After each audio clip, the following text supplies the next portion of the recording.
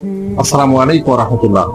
সম্মানিত বন্ধুগণ, আজকে আমরা সূরা মুহাম্মাদের 24 নম্বর আয়াত থেকে সংক্ষিপ্ত কিছু কথা শুনবো।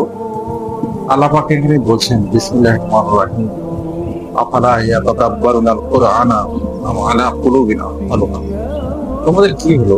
তোমরা কোরআন নিয়ে গবেষণা করো না, চিন্তা করো না? তোমরা কি মনে তালা দিয়ে রাখছো? এইভাবে আল্লাহ পাক আমাদের জন্য কোরআন দিয়েছেন, অনেক একটা মস্ত বড় নিয়ামত দিয়েছেন বন্ধুগণ।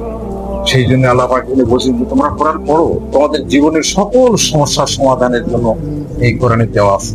তো কোরআন পড়লে তখন আমরা আমাদের জীবনের কি কি করণীয়, কি কি বরণীয়, কি কি বর্জনীয় আমরা জানবো। আর যদি কোরআন না পড়ি তাহলে এই জিনিসটা আমরা জানবো না, আমাদের জীবনে আমল হবে না। তখন দেখা গেল যে দুনিয়ার জীবনে আমরা দেখা গেল যে আল্লাহ পাকের পরিপূর্ণ সন্তুষ্ট অর্জন করতে পারবো না, পরকালে আমরা আমাদের জীবনে সফলতা পাবো না, আমরা জান্নাত পাবো না। সেই জন্য আমরা কোরআন বেশি বেশি পড়ি, এভাবে আমাদের জীবনে আমল করি, মানুষদেরকে বলি, আল্লাহ আমাদের তৌফিক দান করুন। আমিন।